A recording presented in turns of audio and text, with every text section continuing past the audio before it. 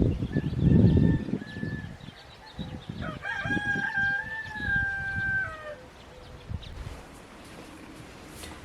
y'all, I'm Miss Stacy. Welcome to Stacy's Homestead, and let me put my hair up.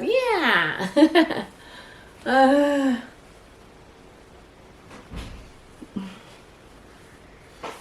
Okay. Okay, girl, mommy's doing a video. Oh, Shannon's in the bathroom. Huh? Silence! No, I'm doing a video, okay? I'm gonna do my intro. Lance, you wanna be in my video? I gotta go pee. Okay. Hi y'all, I'm Miss Stacy. Welcome to Stacy's Homestead, and today we're going to be making my great Aunt Dorothy's borscht. So every summer I would go spend a couple weeks with her, and she would make me her borscht, and she taught me how to do it. It's super delicious, and it's one of my favorite things she made. Now, she was known really for in her church community for preparing meals for funerals and weddings, ceremonies. She did a lot of like sandwich spreads and salads, side dishes and stuff. But one of the things she did do was her borscht. So it's really hearty and delicious and very healthy for you. And I made it. She recently passed away. Well, not recently. It's been about, I think, 6 years, 7 years. So I haven't had it since she, left us. So, I think that's the last time I made it, was that long ago. So, hopefully I remember it the right way. Anyway, so, in the holidays, I make, soups for, like Thanksgiving, I did my grandma's vegetable soup. I like to do a soup with the meal. And so this time I'm going to do my great aunt's borscht. So I'm going to show you all the ingredients here and what we got to do to get started. So what we have to do first of all to get started is you got to make a good bone broth. Now a good bone broth would be you would get some like neck bones, some oxtail, any kind of bones you can, some bone-in like meat, and you would put it in you would saute it because it gives flavor when you saute it. That's not traditional, I know, but my great aunt says you need flavor, so she sauteed it, and then we would put it in there and boil it for 2 to 3 hours, if not longer. And then also she would add a blackened onion, charred onion. So a half a charred onion and a charred carrot. And then along with that, she would add a satchel. Let me see if I can fish it out. So I have this satchel right here of herbs. And then the satchel of herbs is, we have peppercorn in it. I'm using rainbow peppercorn. And coriander and some dill in the satchel. And that way, after that's cooking, what you do is then you would take it all out, strain it, discard the bones, but keep the meat for later, okay, to add back to your soup. Now, I already have jarred bone broth, so I don't need to do that. I already made canned bone broth, okay? But I do need to cook up some meat to go with it. So we're going to do everything that we would make for bone broth, but we just don't have the, the bones. And I only need to cook it for a couple hours. So I have my satchel of herbs. Because in my bone broth, I already did the charred onion and carrot. And that's how I make beef bone broth all the time. That's what I do. So, but I have a satchel of coriander and peppercorn and a little bit of dill. And what we're going to do is we're just going to sear these on both sides and then add it to our stock pot and cook them for a couple hours till it's nice and tender. And after that's when we start doing the rest of the soup, okay? So I'll bring in and we'll get going. All right, so we're going to use some oil here. Now you can do olive oil. You can do the, virgin olive oil for taste. You can do the processed one that's more lighter. Or you could do avocado oil, which has more of a neutral flavor. I like to do a little bit of olive oil, have a little bit of taste of that, and mostly avocado oil though. Okay, so we're gonna heat this up here, and then this is what we're gonna saute our meat in, just a little bit of oil to brown it. Okay, I don't have my skillet right now to do that. Oh shoot, you know what I could do? It would be really good in the bacon grease. You just, whatever you have on hand, we could do this for the vegetables. I'm gonna saute the meat in this bacon grease. That'll be really good. Now I'm not going to cut these up yet, and once I saute them, because it's easier to leave them in bigger chunks, then I'll chop them up and then add them to my beef broth I got going on the side. So we're already getting this hot already. Alright, so I don't want too much of this bacon grease. I'll put this back for my bacon and eggs in the morning. Just a little bit of grease on the bottom, just to keep it from sticking and give it some flavor. And I'm just going to add these and then turn them. Our goal is just not to cook it, just to sear it on all sides, or at least two sides, okay? Let's sear it on two sides here.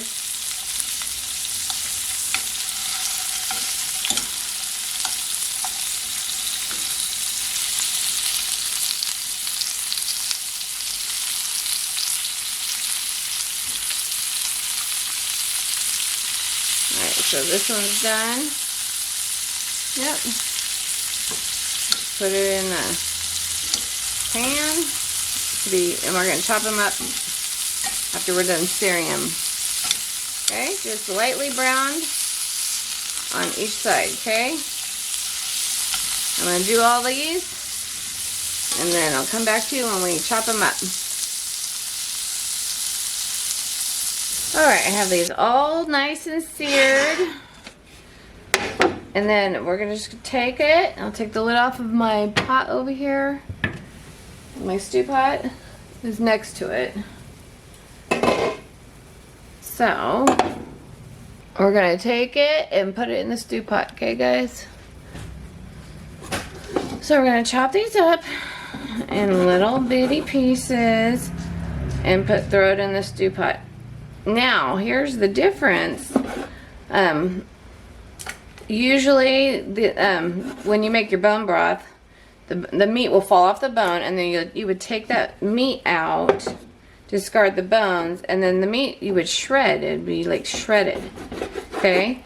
But since I already have bone broth and I don't need to do that, we're gonna cut these up into little pieces, okay? So you can make this a vegetarian dish. My aunt has done that before. You just omit the meat, and you don't even have to have meat. If you wanted protein, you can add beans. People add beans to it. Kidney beans or black beans, usually. So, but this is really, really good with meat or without. With beans or without. So, yeah, we're just going to do that for all of these. Cut it up into nice little pieces so I don't have to shred it or anything. And then we'll let it cook for a couple hours. Alright, so while our meat is cooking for a few hours, we can prepare our vegetables. So, I have one full onion here that we chopped up. And I have a bushel of celery and one green bell pepper. Now, the celery and the bell pepper aren't traditional ingredients. They're, but my great aunt says it gives it good flavor. And she usually, she'll use the green bell pepper, but when she uses the colored bell pepper, she puts more in because they're sweeter. So she would put like 3 of those in. But these aren't the sweet ones, so we're only using 1. All right, so we got that, and we're gonna saute these, okay? And then you have another thing, carrots. So all these are gonna be sauteed together, one at a time though. First, we're gonna start off with the onion here. Okay, we're gonna put our avocado or olive oil in here. Whatever oil you have. This is the pot I used the meat in. That's what you see down there. Just a little bit. And then I like to add some olive oil and mix it, just to give it a little bit of flavor. Let me use this one.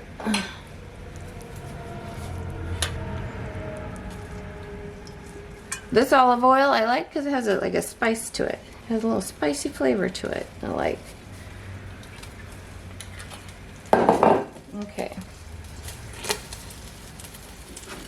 Let's go ahead and we're gonna cook our onions till they're translucent, or a bit just before they're translucent, because then after that we're gonna add the celery and bell pepper.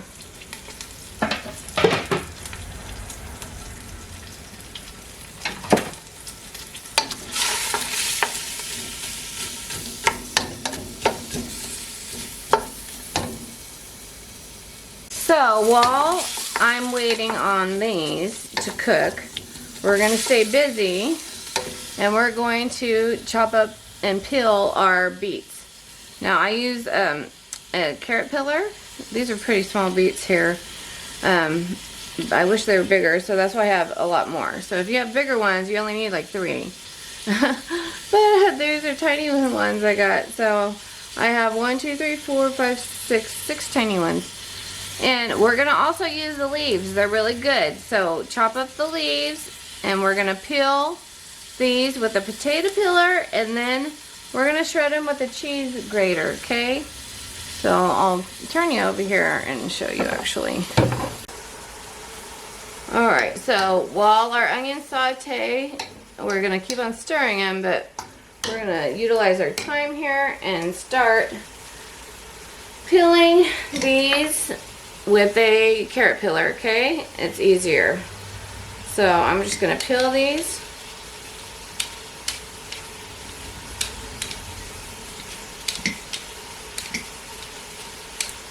These are very small beets here.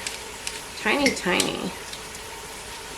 I like the ones, these are not from my garden, that's why they're super small. I mean, I thought my ones from my garden this year were small, but no. These are so small. Got these from organics, but from the store. So that's all you do. And then so I'll just show you on one of them. And then you're gonna get your cheese grater here. And if you want to wear gloves, you should, so you don't stain your hands purple, but I don't care. So we're gonna grate it. You want to grate it nice and fine. And then we're gonna chop. So I don't take this off so I can use it as a handle, you know?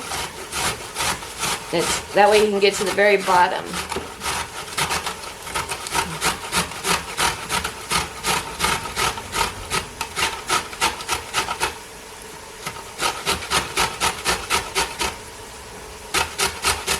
Have no waste, see? That way you have no waste. And it helps keep your hands clean. And we're going to save this and we're going to chop these up. And I won't use this part. Let's go ahead and I'll chop it up real fast here. I'm not going to use this thicker part. Just discard that part.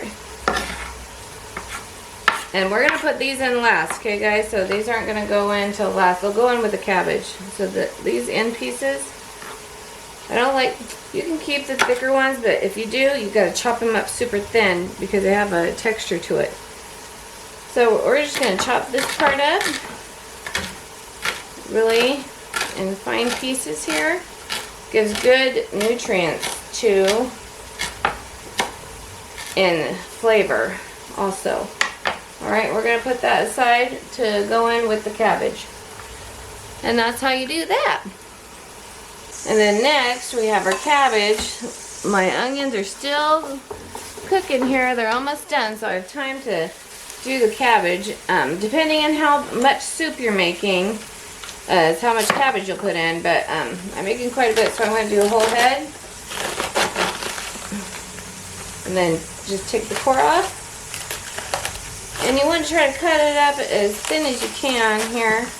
I'll show you how I cut half of this here. So we're just going to go as thin as we can, nice thin slivers, okay? You can also shred it with the,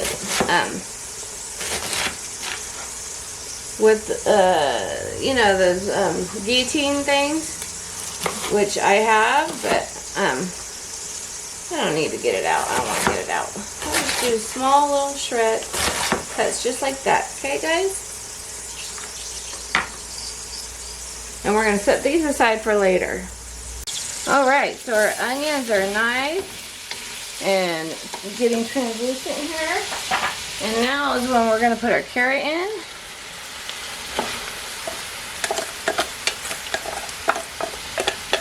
I want to do the carrot first. I was going to put the celery, but I decided to do the carrot first.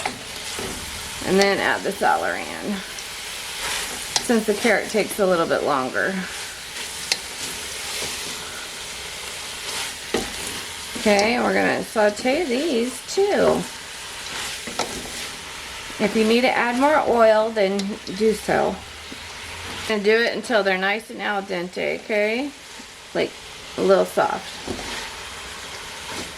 And I think I need a little bit more oil. I'm putting a little more olive oil. I love the olive oil taste. Some people don't. Oh, I keep on grabbing the wrong one. I have one that's open and one that's not. There we are. Alright, so while we're waiting on this, we're just going to peel our potatoes here. You don't need to see how to do that.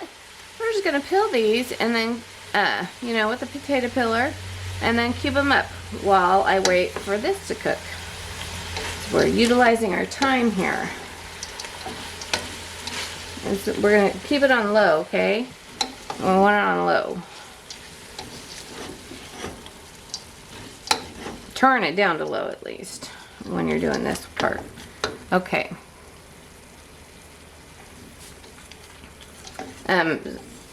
You might want to like stew it. These aren't like supposed to be fried, the carrots. So you can add some broth here to help it out. But the carrots will release their own liquid. Okay. Alright, so our carrots are getting more soft here, so we're going to turn up the heat just a little bit and add in our celery and bell pepper. You can add a little bit of salt on the carrots to help release some of that moisture. That I just put a pinch of salt on the carrots just to release some moisture while I'm sauteing it. Doesn't take much. Okay, so we're going to turn it up to like a medium low and then get these sauteing and cooking. Alright, so we're going to add, I put about 4 chopped cloves of garlic in here, okay? So these are done, and I just want to put the garlic in last. I'm going to make a little hole right there, put it down there so they cook. And then saute that just for a couple minutes, because you add the garlic in last because garlic can burn and you don't want that, but you want it cooked. Okay. Alright guys, so now that that's cooked a little bit, I'm just going to add a pat of butter. It gives a great flavor, and let that melt in there. It's really, really good. So just like a half a cube of butter, you know, a little bit more than half I did for this one. So if you're doing smaller, you can do like a quarter, I guess. But it doesn't matter. It's not precise. It's however you like the taste. But yeah, this is real butter. It gives it really nice creamy flavor. Okay, so next we're gonna add a little bit of avocado oil here. And then add our beets to be sauteed. So we're gonna saute our beets here in a little bit of oil. We're gonna do it on low, not too high, you don't wanna burn them. Just do it on low. And then we're going to add a little bit of sugar. Just to do a little bit of sugar in here. The sugar and vinegar or lemon will help keep its color. So, because when you cook this, it oxidizes, and so it ends up losing, you know, color. It's like when you're making jelly. It's when you add, if you make jelly and you know how to make jams and jellies, sometimes when you cook it, it loses the color, and then once you add the sugar and the acid back in, then the color comes right back. So it's the same thing here. So I put a little bit of sugar in there, and then we're going to cook it a little bit and then add the acid of your choice, which is any vinegar. You can do white vinegar, red vinegar, or lemon. So I don't want to do a lemon. I'm going to do white wine vinegar. That's what I'll do. Let me get it out of the cupboard here. We're going to do white wine vinegar here. Just a little bit, just a tad, not too much. It's not for flavor. Just a little. Just a little. Also, when you're dyeing, like if you dye clothes or your hair, vinegar helps set the dyes. So, which would make sense why it helps set the purple in your beets.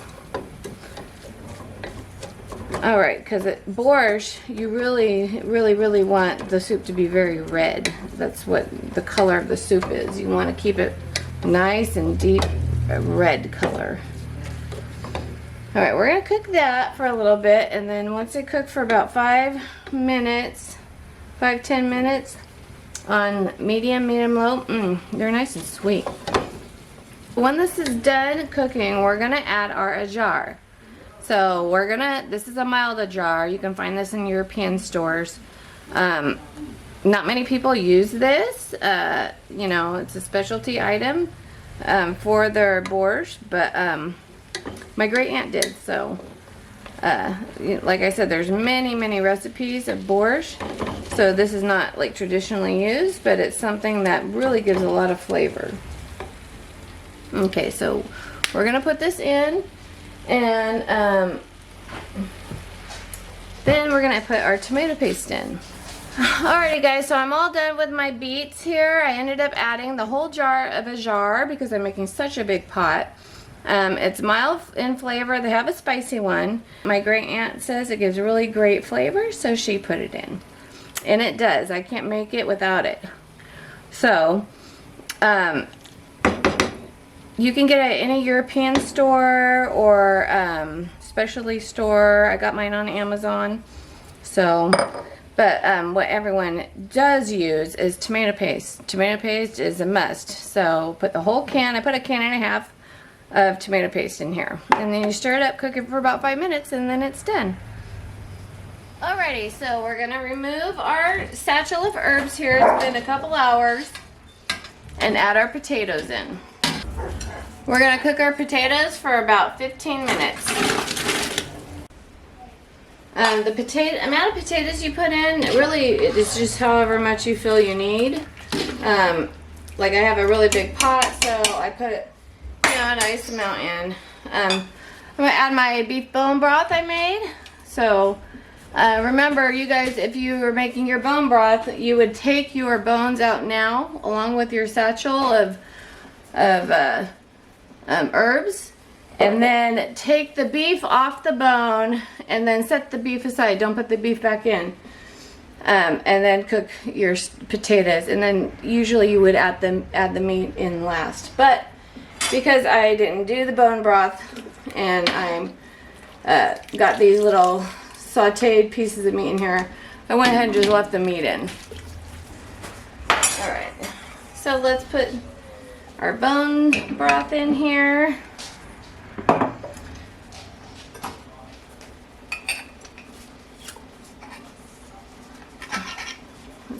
stuff. I have a couple pints of bone broth. This is very concentrated. Very concentrated.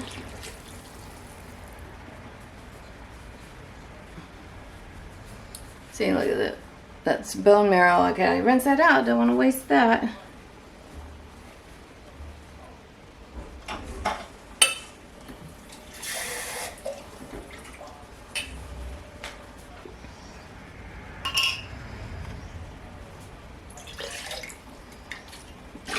There we go.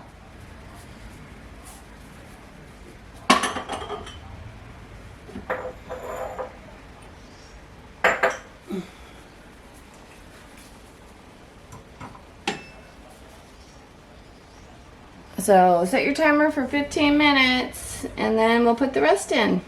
Put everything together. Alright, so now we're going to add our vegetables here. And we're going to cook these for a few minutes. About 10 minutes.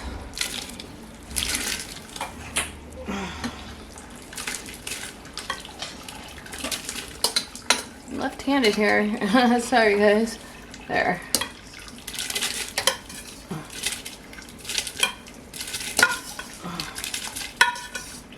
And then we'll salt to taste when it's done cooking. After we add the beets and stuff, we'll see if we need salt. Alrighty guys, so I decided I want to add some kidney beans. Sometimes I do, sometimes I don't. I think this time I will. Might as well just add everything. Where's my opener? So you want to drain it, but you don't rinse it, okay? So we're going to do my home canned red kidney beans here. We're going to drain it.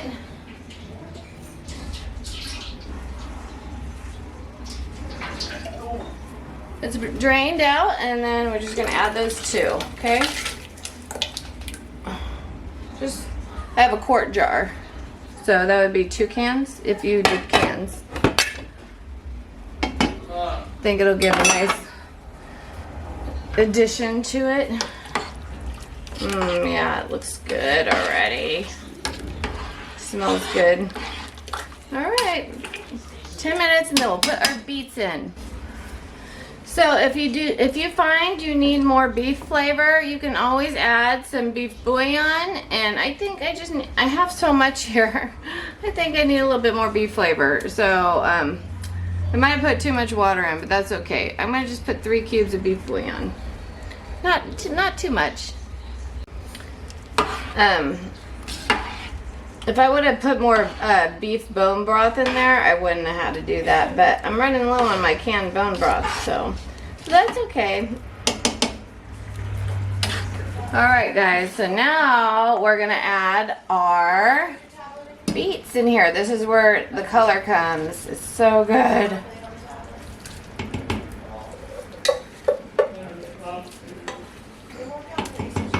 And then I'm going to put my cabbage at the same time. I like to do it at the same time. Some people put the cabbage in first, but I think I'll just do it all at the same time because I don't like my stuff mushy, you know? I want it to start melding together. I don't want any mushy product. The vegetables, you want them to be a little bit al dente.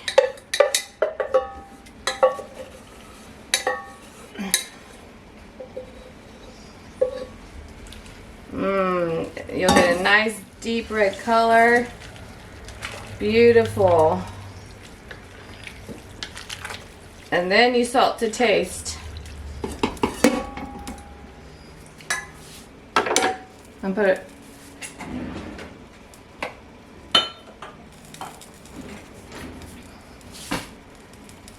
Here's a cup. Here. There we go. I'm going to put a cup of broth in here to clean it out. I don't want to waste any of that.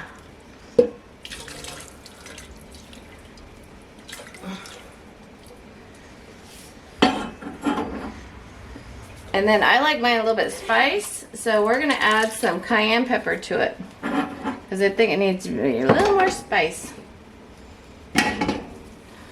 So let's put some cayenne pepper.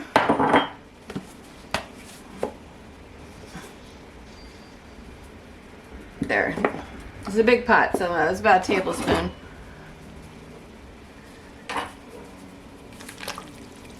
There we go. So I like to make this a couple days before, or at least a day before I really want to eat it, like for if I'm gonna have it for Christmas or something, because it's always better the next day, you know what I mean? So, because it has time to meld together the flavors. I'm gonna taste it. Mmm. Mmm. It just needs salt. Oh, almost forgot my greens here. The beet greens. So lastly, we're gonna add our parsley. It's dehydrated parsley. And then dill. And I keep freeze-dried dill and it tastes like fresh. It's good. I love it, love it, love it. So it gives a nice flavor. It's perfect. I don't need any salt. I don't think I need any salt. I don't think I need any salt. It's perfect, perfect. Let me taste it one more time.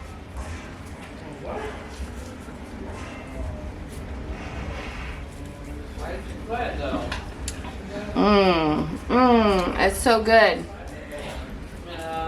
Maybe a little more, maybe some salt. Delicious. Let's put, yeah, I think I need a good amount of salt here because we got all these vegetables. There we go. About a tablespoon of salt extra in there.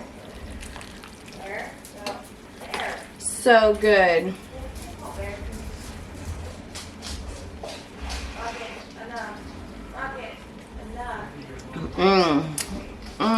That's so good. Alrighty guys, so we're gonna add a bay leaf. I almost forgot, before we let it rest for 30 minutes, I'm gonna let it rest with the bay leaf in it. I prefer to let it rest for a little bit longer, maybe about 45 minutes.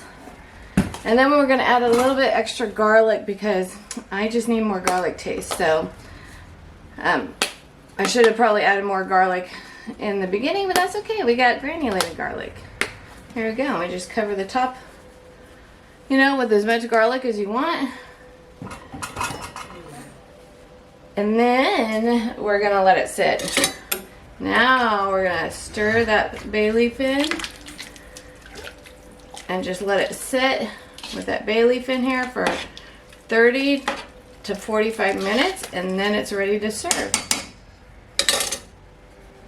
But only one bay leaf because we just want the bay flavor. We don't want it to bitter it, because sometimes bay can turn things bitter. And this is like a sweet beef broth. It tastes sweet from the beets. And it has beef flavor from the beef, and then you have the carrot sweet from the carrots. It's delicious. We're all done. Alrighty, it's been about 30 minutes. Can't wait any longer. We're gonna grab from the bottom a nice bowl, and then we're gonna put some broth on top. There we go. Delicious. And then we're gonna add some sour cream and dill. So let's get a spoon. Got my soup spoon here. Let's see. Here's my bowl. Put a sour cream right in the middle.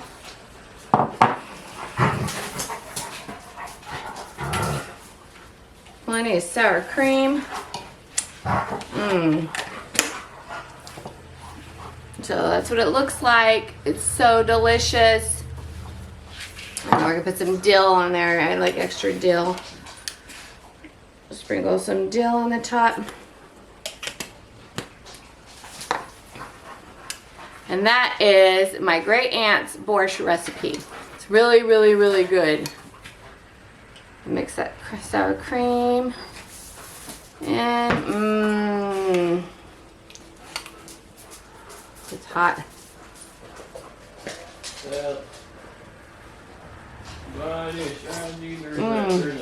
There's a rest game going on here. It's so good. Are you enjoying those?